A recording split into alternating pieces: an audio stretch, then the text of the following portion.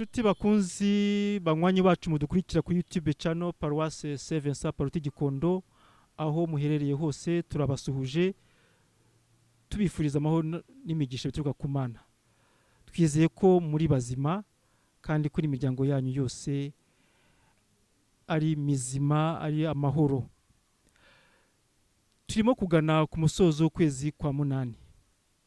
Kwezi kwa munani mu muco nyarwanda n'ukwezi tuzikanamo ka twizizamo umuganura. Muri Kiliziya Gatolika ukwezi kwa munani nako kaba gukungahaye ku bikorwa binyuranye byinshi. N'ukwezi kwa umubyeyi Bikira Mariya. Tubizirikana ku itariki ya 15 umubyeyi Bikira Mariya tuzirikana ko yasubiye mu ijuru. Yajyanywe mu ijuru.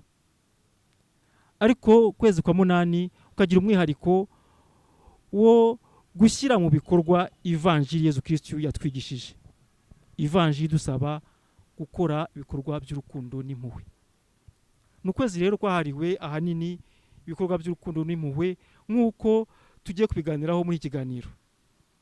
Muri uyu mwanya muri kumwe na Joseph Ahumukiza. Nabatumire rero umutumirwa mumaze kumenyera, umutumirwa umenyerewe kuri kamera za Paroisse, za YouTube ya Paroisse, ni Madame Odette Mukansoro. Madame Odette Mukansoro akuriye komisiyo ya Caritas muri Paroisse ya Gikondo. Komisiyo ya Caritas ni hahandi dusabwa gushyira mu bikorwa ivanjiri ya Yezu Kristo, dukora ibikorwa by'urukundo n'impuhwe. Ku buryo bwihariye rero uku kwezi ukaba ari ukwezi kwa ibikorwa by'urukundo n'impuhwe. Madame Odette nk'ushinzwe komisiyo ya Caritas rero turakwakiriye kandi twifurije gusoza neza uku kwezi kwahariwe ibikorwa by'urukundo n'impuhwe bibarizwa muri komisiyo ya Caritas mushinzwe. Murakoze cyane, murakoze Joseph. Yego, nahoze mbivuga ukwezi kwa munani n'ukwezi kwahariwe ibikorwa by'urukundo n'impuhwe. Kuri mwebwe nk'abashinzwe komisiyo ya Caritas muri Paroisse, mwatubwira muri rusange ishusho rusange y'ukwezi kw'ibikorwa by'urukundo n'impuhwe muri Paroisse ya Gikondo. Murakoze cyane. Ibikorwa muri uku kwezi k'urukundo n'impuhwe byatangiranye nyine nk'uko wamaze kubivuga, byatangiye ku itariki ya mbere. Byatangijwe n'ibaruwa rero amaparuwase yose yandikiwe n'abepiskopi, yasinyweho na musenyeri wa diyoseze ya Nyundo nk'ukuriye Caritas mu Rwanda. Yashishikarizaga abakristo kuzitanga, kuzatekereza kuri kwa kwezi k'urukundo n'impuhwe, kuko Caritas ari urukundo. Urambajije uti ese ubu ngubu mu rwego rwa paruwase yacu bigeze he, bihagaze he? Dushigaje nta nubwo ari icyumweru, buriya ni iminsi. Dushigaje iminsi, ariko ibikorwa byarakozwe bitandukanye. Habayeho gushishikaza biciye ku mbuga zitandukanye za paruwase, habaho gushishikaza biciye muri za misa zose z'uku kwezi kwa munani, ndetse habaho n'inama zitandukanye z'abayobora impuzamiryango remezo, abakorerabushake ba Caritas mu miryango remezo. Bose twakoranye inama, bagenda biyemeje kuzagera urugo ku rundi basaruza inkunga y'abatishoboye muri uku kwezi. Rero twatangiye kubona umusaruro, byatangiye kuza, ariko ntabwo twavuga ngo ahantu hose twarahageze.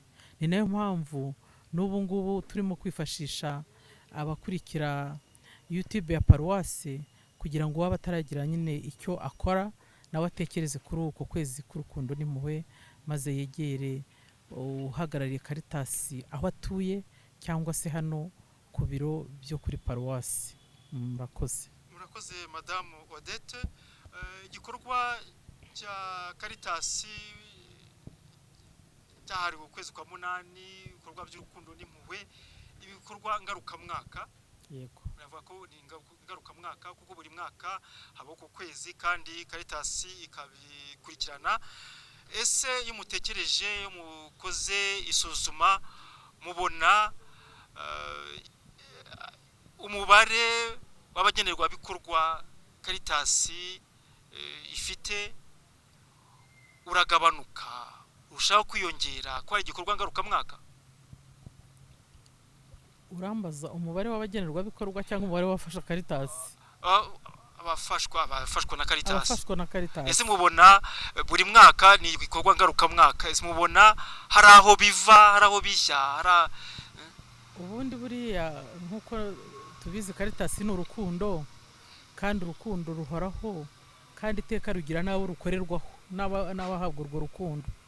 Bamwe baragabanuka abandi bakaza, bamwe nabyita gucuka, bamwe baracuka, ariko aha turi ni mu mujyi, hahora hazamo abandi bantu bashya, abantu barahura n'ibiza bitandukanye batateganyije.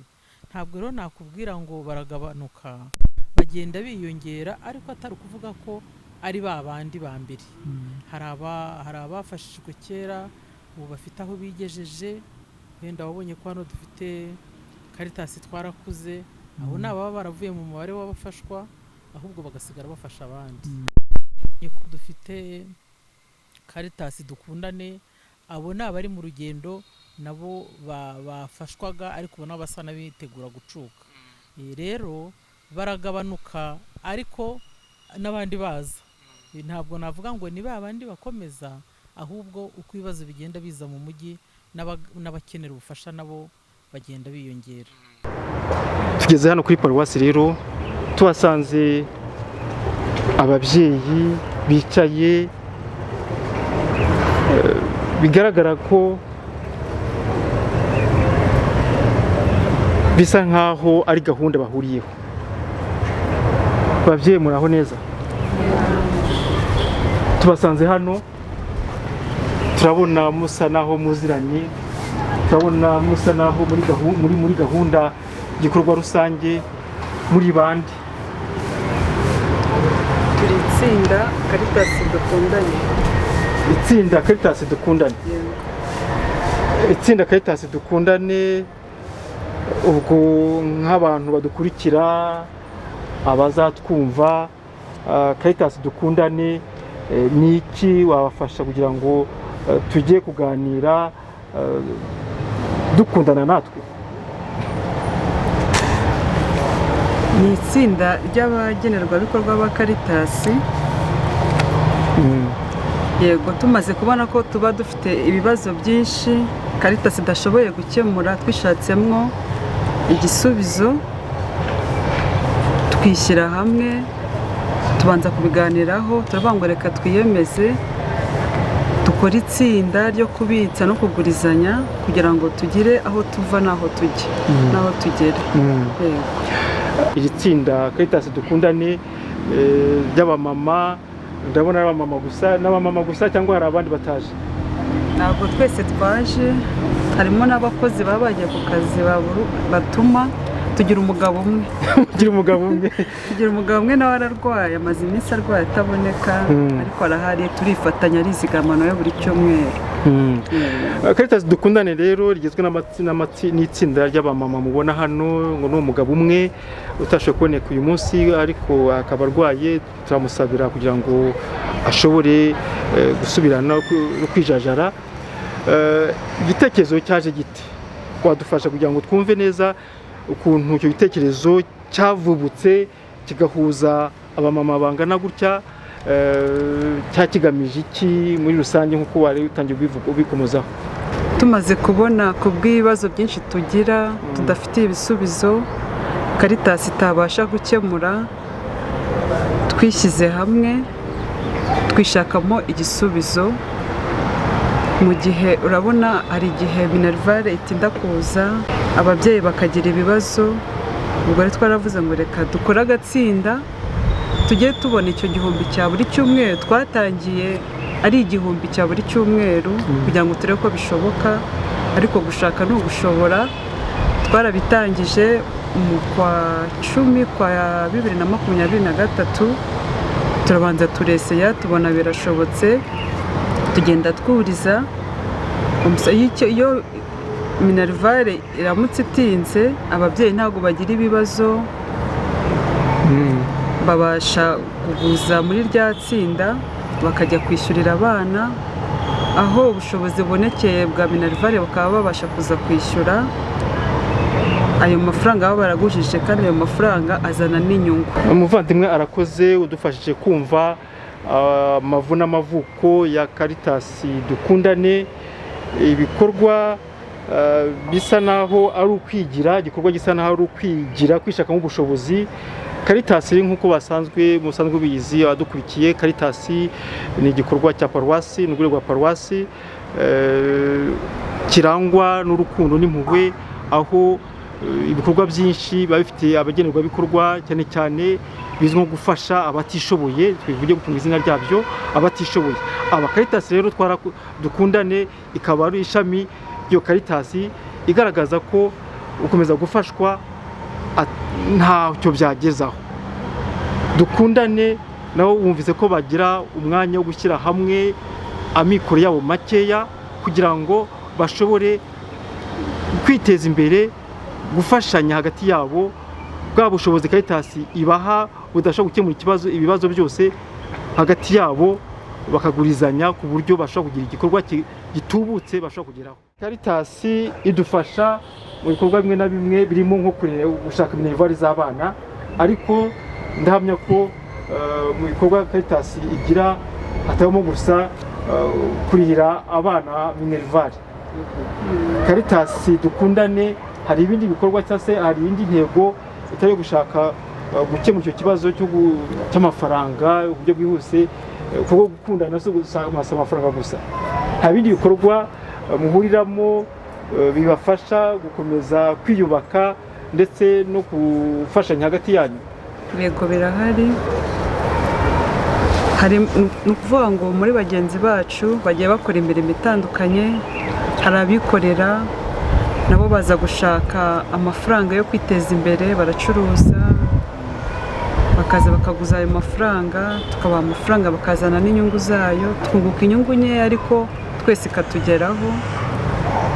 Intego yacu ni dukundane. Caritas Dukundane ushobora kuza uguza amafaranga menshi, 400, 500 ni urugero, tugeze kuri urwo rwego. Yego, byaraje 500 akunguka 5%.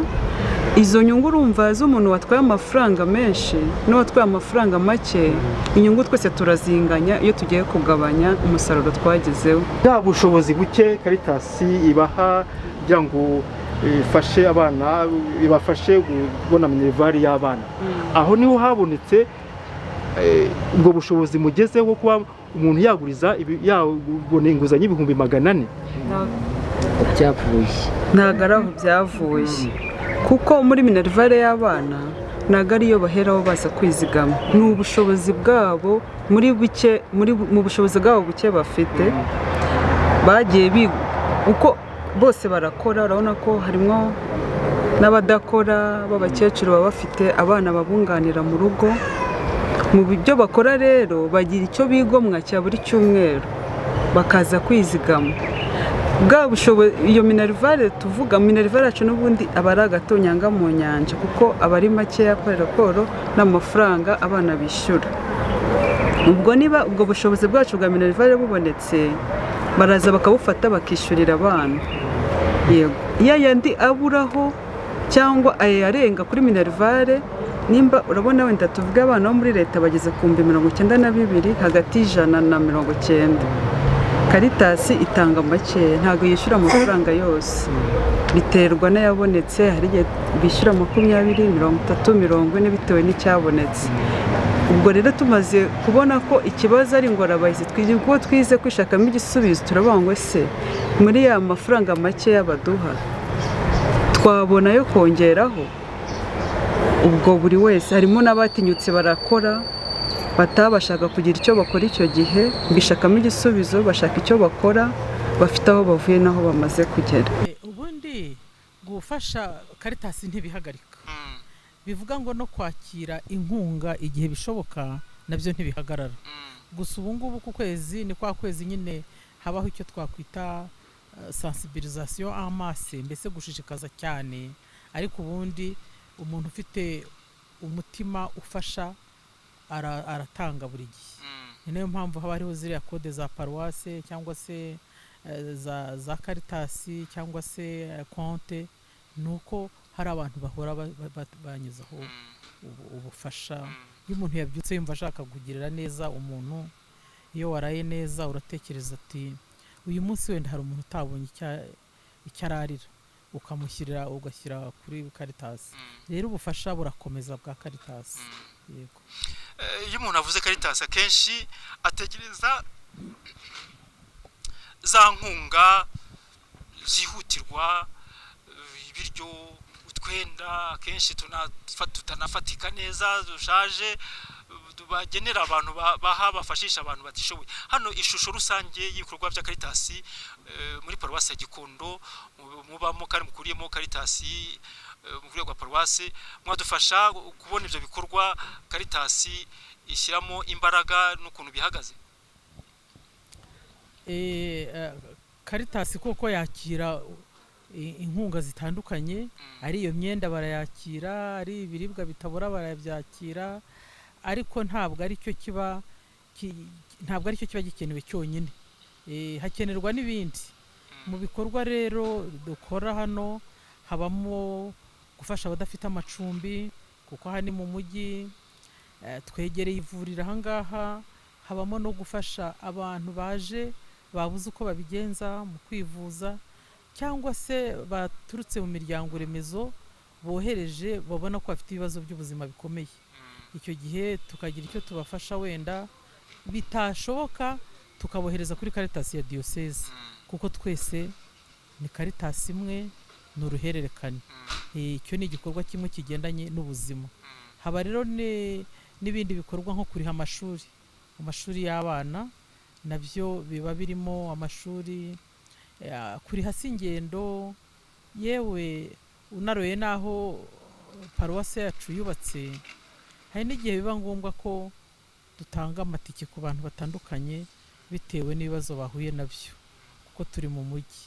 Ibikorwa rero biratandukanye, ari ayo macumbi, ari ayo mashuri, hari no kubaha nyine n'iyo myambaro, cyangwa se no gushyingura bitaba Imana. Ni bya bikorwa byose umuryango uba utabasha kwikemurira. Ikindi dukora, tutamaze imyaka myinshi dukora, ni ugufasha umuntu kwifasha. Ibikorwa by'iterambere rirambye, gufasha umuntu nko kumwigisha umwuga.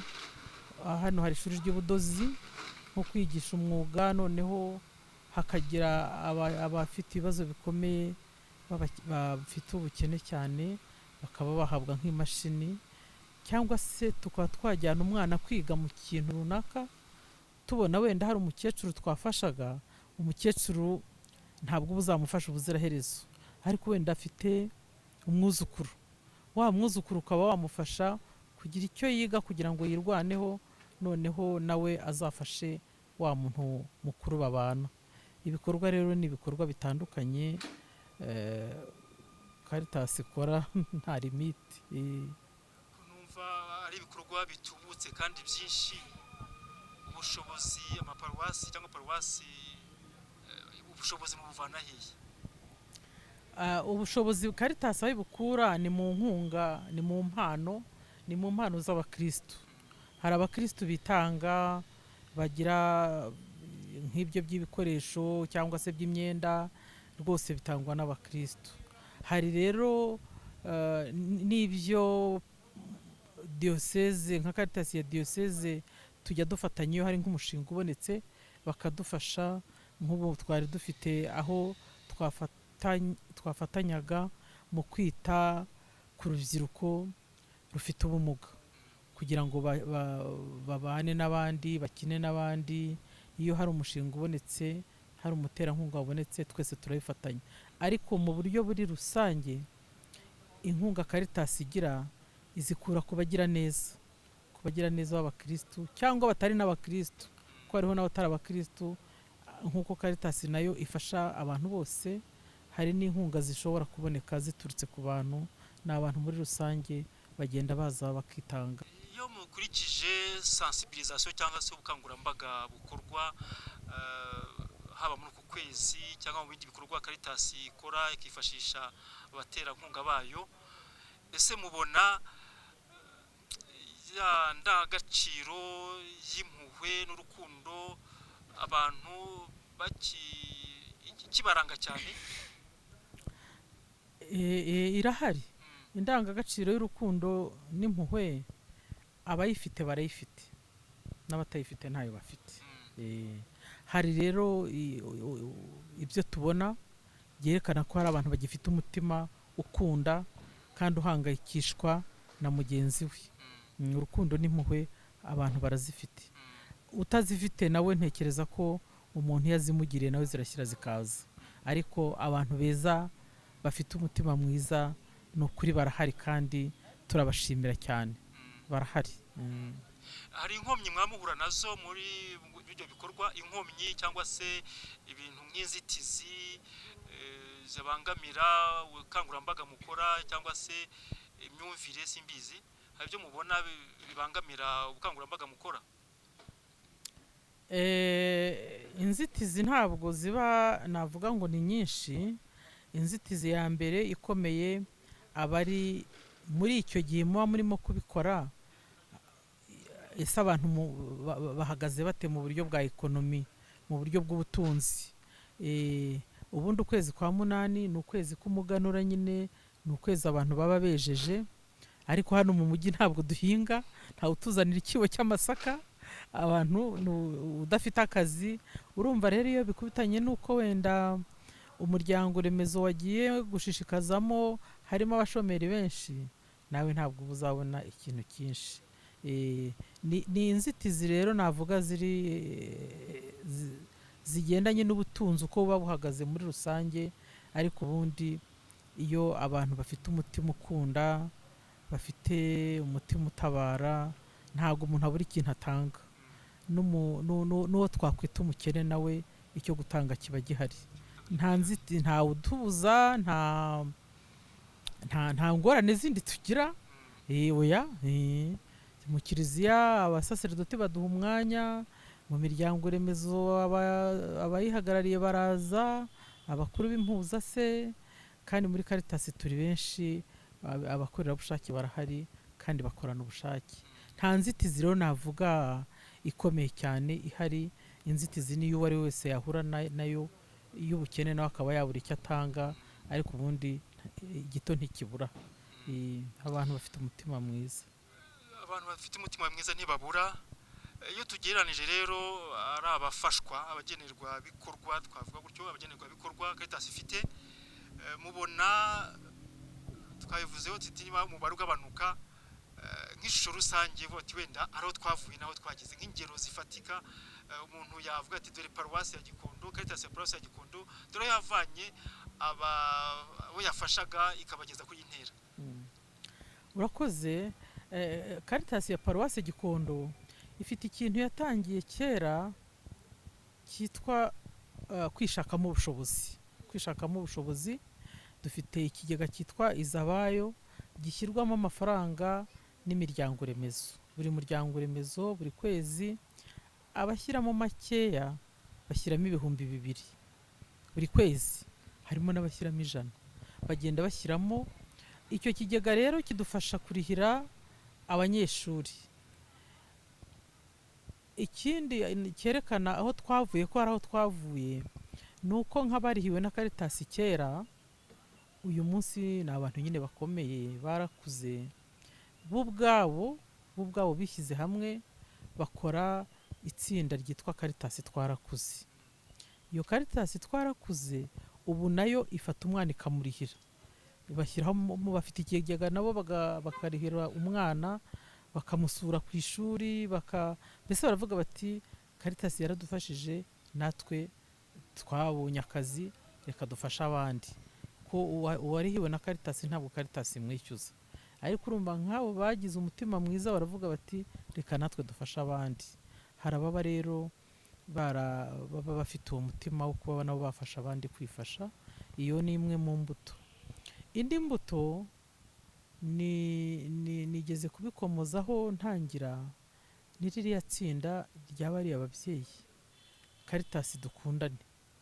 Urumva bo ubwabo batangiye ari abagenerwabikorwa, bafashwa kwishyurirwa mu buryo butandukanye ariko cyane ku mafaranga y'ishuri y'abana, ariko bagezaho nabo ubwabo bashobora kuguza mu kigega cyabo 500.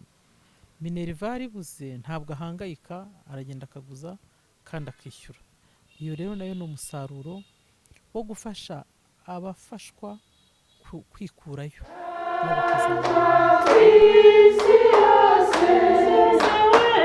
Intera twigejejeho nka Caritas Dukundane ni uko abenshi muri twebwe nta kintu twakoraga, ariko aho twihurije hamwe tugakora itsinda, bamwe twabashije kubona amafaranga y'izo nguzanyo dukura muri iri tsinda twiteza imbere. Bamwe dufite nk'akantu twashinze k'akabotike nyine ko gucuruza inkweto, abandi tubasha gushinga utuntu dutandukanye, mbese imirimo yo gukorera abandi twarayiretse, ubu turi kwikorera. Ikindi ya Caritas Dukundane yatugejejeho ni uko hagati muri twebwe iyo hari umunyamuryango wagize ikibazo tubasha kumugeraho tukamusura, tukamwereka ko turi kumwe nawe ntabashe kwigunga. Yego, hagati aho hari n'umuntu wagize ikibazo tubasha kumwishyurira inzu. Icyo ni igikorwa twagezeho kuko tutarahura, urumva nta hantu yari kubariza. Izina Dukundane riragaragara mu bikorwa byanyu kuko nk'uko mubivuze umuvandimwe yagize ikibazo duhuza imbaraga tukamufasha kugikemura. Mbere mutarahura muri Caritas, ese mwari muziranye? Oya, ntabwo twari tuziranye. Twahuriraga kuri gishe buri wese abikura Minerval y'umwana yigendera. Twari tuziranye ku masura nyine, ariko tuzi ngo uriya duhurira kuri Caritas. Ariko aho twahurije hamwe twabaye Caritas Dukundane, ubu twese turaziranye. Ikintu turimo gukora ni uko turi kugenda dusura buri umwe aho atuye ngo tuhamenye. Iyo mutanze hagati yanyu inguzanyo mugurije mugenzi wanyu, nko mubivuze ati mugenzi wacu akeneye amafaranga atubutse turamugoboka akaka inguzanyo, ese ni ikihe cyizere mushingira kugira ngo mumuhe amafaranga kandi muzi ko ari mu bantu batishoboye, tubivuge gutyo? Icyizere tumugirira, nk'ubu tumaze imyaka hafi, tugiye kugera mu myaka hafi 5 dukoze iri tsinda. Urumva tumaze kwizerana, kandi bake muri bo twageze mu ngo zabo turabazi, tumaze kumenyana. Nta kuntu umuntu mwamumaranye imyaka 5 ngo ubu utaramwizera, kandi ubona n'imikorere ye. Ahenshi muri banki iyo ugiye kwaka inguzanyo bakwaka ingwate. Yego, ingwate yanyu ni urukundo? Ingwate yacu ni urukundo. Umuntu aramutse nk'uko muri kumwe hano agatanga imisanzu ye, ntagire ikibazo cyavuga ati ndakeneye amafaranga, aho ngaho ni ngombwa ko buri muntu agomba kuzenguruka afata inguzanyo, cyangwa se buri kwezi bati runaka, cyangwa mugira uburyo mugenda mukurikirana kugira ngo niba nk'akantu muhana hagati yanyu kamugereho? Oya, kuguza umuntu aguza afite ikibazo. Aguza afite ikibazo? Yego. Ntabwo byaba bivuga ngo kana ukwezi gutaha ni kanaka, ukwezi gutaha ni kanaka. Oya, aguza afite icyo agiye kuyakoresha. Ikindi kintu umuntu yabona muri Caritas Dukundane ni ikintu cyo gutinyuka. Ni iki bwo gutinyuka Caritas Dukundane yabafashije gutinyuka mutatinyukaga mbere? Ni ikintu yagutinyuriyeho utaragera muri ishami rya Caritas Dukundane, kwitinya, kugira ubwoba, kuti ntabwo nakoresha ibintu, noneho ukavuga ati ngiye gufata amafaranga 300, 200 bishore muri inkweto byose? Iki kintu urugero bifatiye, iki kintu cyagutinyuyeho wowe ubwawe? Icyo yadutinye, murakoze, icyo yadutinye twari dufite ubwoba, kubera ko buri muntu wese yazaga hano muri Caritas, buri wese ufite ikibazo. Twese ntabwo duhuje ibibazo, ariko twese ibibazo byari bisa nkaho bisa. Twaza muri Caritas twashonje, twabwiriwe, twaburaye, abana ntibambaye minerivare twayibuze, amakaye y'abana twayabuze, ariko bagira ikintu cyo kudutinyura ngo twakora itsinda, uwatanga 1,000, uwatanga 2, uwatanga 3, dutinyuke natwe dukore itsinda. Nitumara gukora itsinda tujye tuguza, nituguza burya bya bibazo byose tugira ntabwo bizaba byinshi, bizagabanyuka. Naho ngaho nyine twatinyukiye turavuga ati reka dukore itsinda, batugira inama, ba Vestina batugira inama, dukora itsinda, nabo baraza turifatanya, nabo baraza turifatanya dukora itsinda. Twahereye ku mafaranga 200, ibiceri 200 dutangira kuri 200, ufite 200, ufite 300 kugeza kuri 500. Turagenda dukura twongeza ubu tugeze kuri 5. Umugabane wari muntu ni 5, umugabane shingiro tugeza kuri 5, ariko bitavuze ko uwaba afite 1,000, uwaba afite 2, uwaba afite 3 atayatanga. Ukuntu aho nyine twahereye dutinyuka, uko dutinyuka tuzamuka tubona turakuze. None murakuze. Iyo umuntu akuze rero arahagera nk'umwana mu rugo agafata inshingano, agafata murumuna we akamuheka, akamwuhagira, akamwoza, akamujyana ku ishuri. Mwebwe nka Caritas dukundane, iyo murebye abandi sinzi niba navuga ko ese mbere kumbaza icyo kibazo, abantu bose Caritas igoboka bari muri Caritas dukundane? Oya. None niki mwebwe mugeze aha ngaha, niki mwumva murusha abo ngabo? Niki mwababwira? Icyo twababwira batarimo barahombye, baracikana. Twabakangurira kuzaza natwe tukifatanya nk'uko badufasha muri Caritas. Twebwe ubu ngubu ntawagira ikibazo, nshobora kugira ikibazo cy'uko ntafite nk'ubu igihe cy'amashuri kiratangiye, kandi ntabwo nzaza muri Caritas mbabwire ngo ndashaka amakaye, kandi bamwitsinda nzaguza. Nimara kuguza ubundi uguza amafaranga ushoboye kuzishyura, duhere ku mafaranga ufitemo, duhera ku makubwizigame wowe ufitemo, wowe ubwawe tugahera ku mafaranga, tukavuga ati niba mfitemo wenda mbanyijemo 100, nzaguza 50 cyangwa wenda nguze 100, kugira ngo atazananira kwishyura. Namara kuyaguza nkagira nkakemura ikibazo mfite, namara kugikemura ubwo mba nkijije umugogoro muri Caritas, guhora buri munsi mbabwira ngo habaye iki, mfite ibibazo bin'ibi.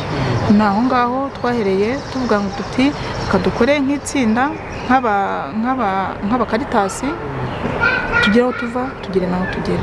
Ingero rero zirahari zifatika twishimira, tukaba dusaba ngo ababishoboye bakomeze bafashe kugira ngo ibyo bikorwa bizamuke, dufashe abantu cyane kwifasha, ntabwo ari ukubafasha ngo bagume muri bya bibazo by'ubukene. Tugana ku musozi w'ikiganiro Madame Odette rero nyiva Madame Caritas ego tugana ku musozi w'ikiganiro rero turimo kugana no ku musozo w'ukwezi kwari ibikorwa by'urukundo n'impuhwe. Niki mwabwira abantu bose mwagejejeho ubutumwa? Icyo twabwira abantu bose muri uku kwezi, cyane abanyarwanda basengera muri Kiliziya Gatolika, ariko by'umwihariko abakristu ba hano muri Paruwasi ya Gikondo kuko niho turi, nuko ukwezi k'urukundo n'impuhwe gushigaje iminsi ibarirwa ku ntoki. Ubutumwa bwabagezeho aho basengera, bwabagezeho mu miryango remezo aho batuye. Cya kindi wiyemeje gutanga kijyane, kuko akenshi hari igihe umuntu yibagirwa. Ibyo wumva watanga bijyane, bishyikirize umukorerabushake wa Caritas aho utuye, cyangwa se ubyegereze Paruwase aho utuye, ariko ni ugukangura abantu ngo bibuke yuko nyine kwa kwezi gushigaje iminsi mikeya. Turimo kugana ku musozo rero, ariko twibutse ko turacyaganira n'ababyeyi bagize Caritas dukundane. Caritas dukundane itsinda ryavutse rivuye ku gitekerezo cyo kwishakamo ubushobozi, kwishakamo imbaraga kugira ngo bunganire ibikorwa Caritas isanzwe ikorera muri Paruwasi hano ya Gikondo. iri tsinda mubona hano rero ikaba rigizwe n'abamama nk'uko babyivugiye, bakaba bafite ibikorwa basanzwe bakorana byunganira ubushobozi Caritas ibaha. Tugana ku musozo, reka twibukiranye, dusubize amaso inyuma.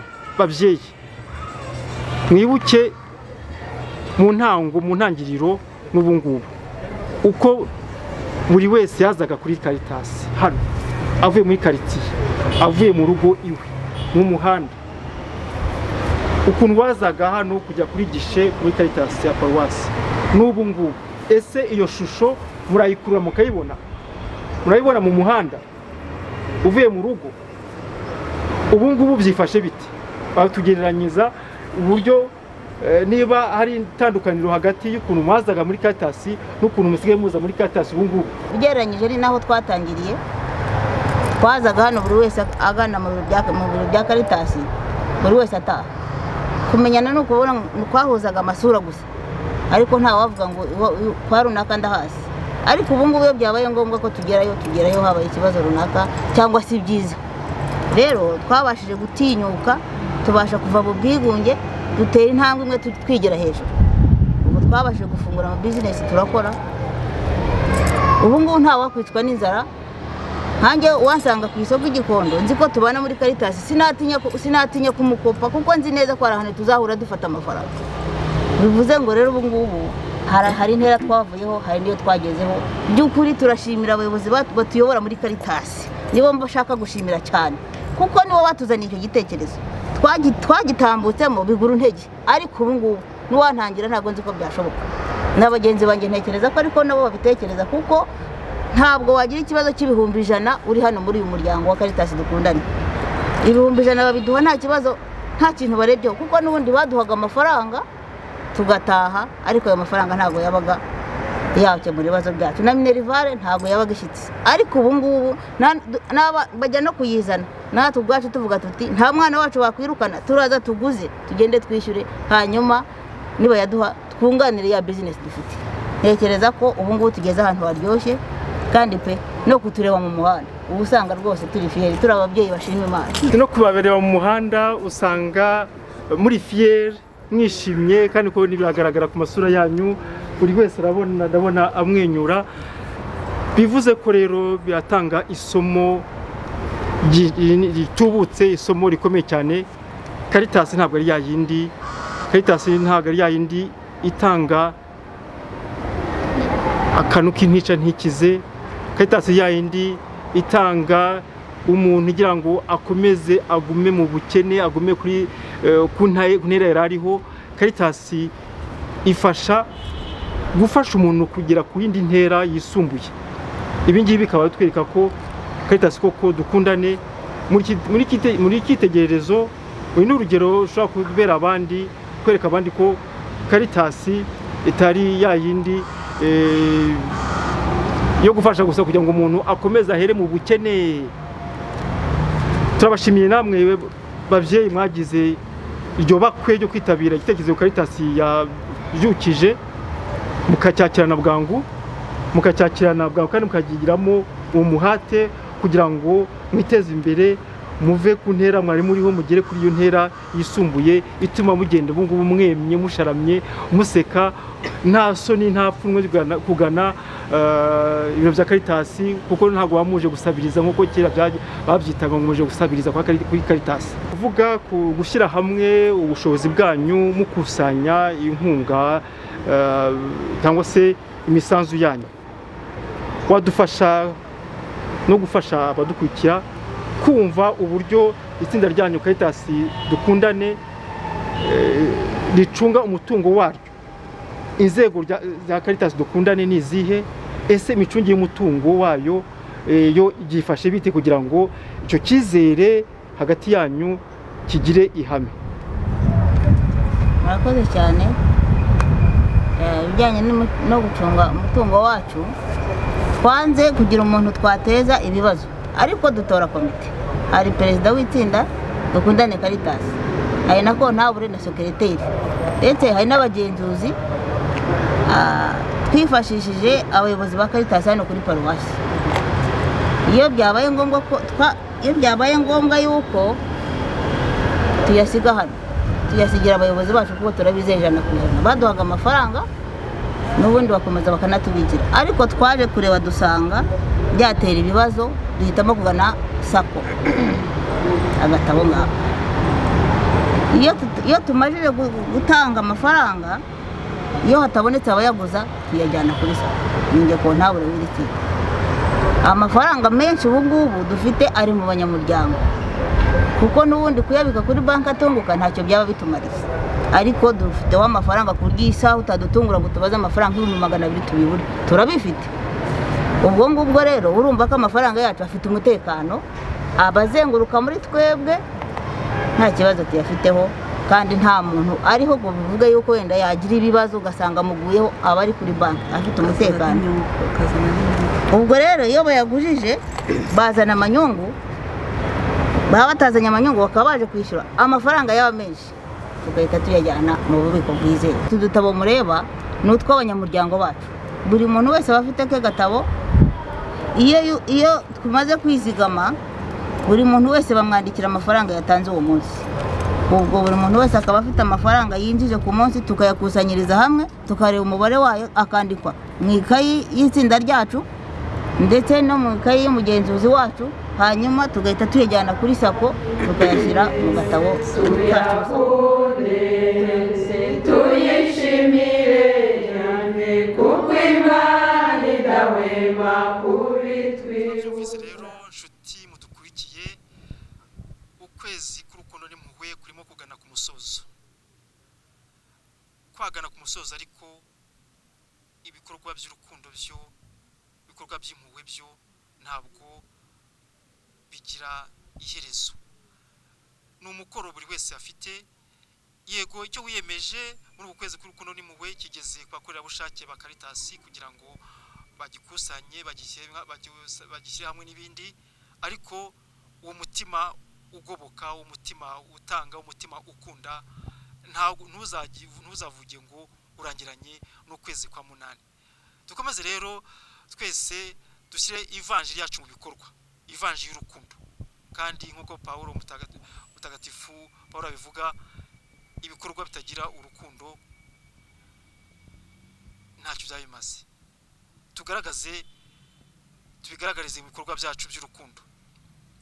Tugana rero ku musozo, Madame Odette, abaze bivuga ni ubuhe butumwa wabaha? Ndumva twabashimira umwanya mwaduhaye, tubashimira nubwo bukangurambaga mukomeje gukora, kandi twizera ko ijwi ryanyu ryageze kure cyane. Sinzi niba hari ikindi ubutumwa bwihariye bababwira, ariko cyane cyane dushimira n'irya tsinda ryavutse, itsinda rigaragaza ko Caritas ifasha umuntu kwifasha.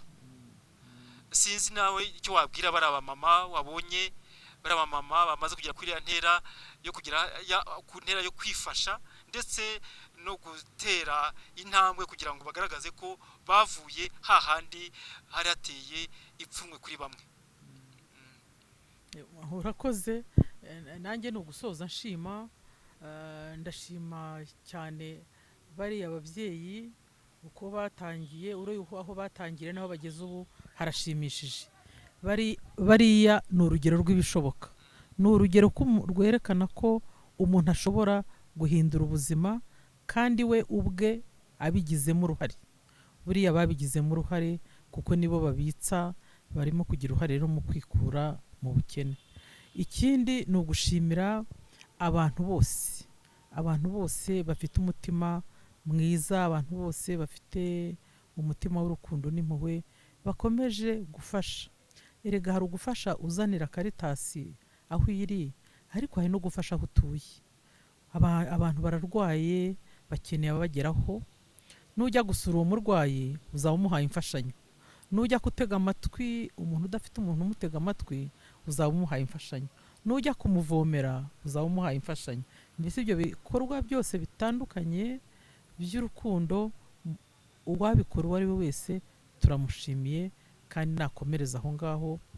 ubiba mu kwa Nyagasani ntabwo arumbya burya ni ubuntu buba buziturwa uko byagenda kose.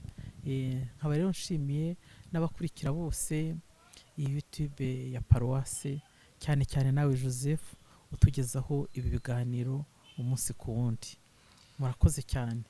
Turabashimiye inshuti mwabanye natwe, tubashimiye kuba mukurikira ibiganiro byacu, ariko ku buryo bwihariye mumfashe dushimire Madame Odette uduhaye ishusho y'uburyo Caritas ihagaze hano muri Paruwasi ya Gikondo, tumushimira umuhate agira kugira ngo buri wese yumve uruhare afite mu kubaka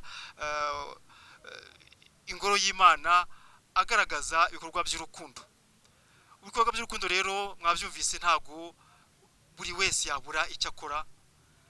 Ari amafaranga ntawe Imana itayahaye, bitarukane ku mubare, ariko hari ibindi bikorwa by'urukundo dushobora kugaragaza: gusura abarwayi, kubafasha, kubasabira, kubasengera, kubifuriza neza. Ni byinshi twese twagiramo uruhare, ntazagire ubura koko muri umurimo wa Nyagasani, kugira ngo twese cyagihe atazatubwira ati nari ndwaye ntiwansura, nari nambaye ubusa ntiwanyambika, nari ndwaye ndwaje ntiwangemurira. Twese rero uyu mukoro tufate nk'ubuzima bwacu. Ukwezi kwa munani, ukwezi k'urukundo n'impuhwe, kujya kutwibutsa ko twese twabibwemo urwo rukundo. Tubashimiye ko mwabanye natwe, kandi tubifuriza gukomeza kurangwa n'urukundo, kurangwa n'ibikorwa by'impuhwe. Nyagasani abongerere imigisha, wowe wagize icyo wigomwa muri ukwezi kw'impuhwe, wowe wagize igikorwa cy'urukundo ugaragaza muri uku kwezi. Nyagasani abaho umugisha.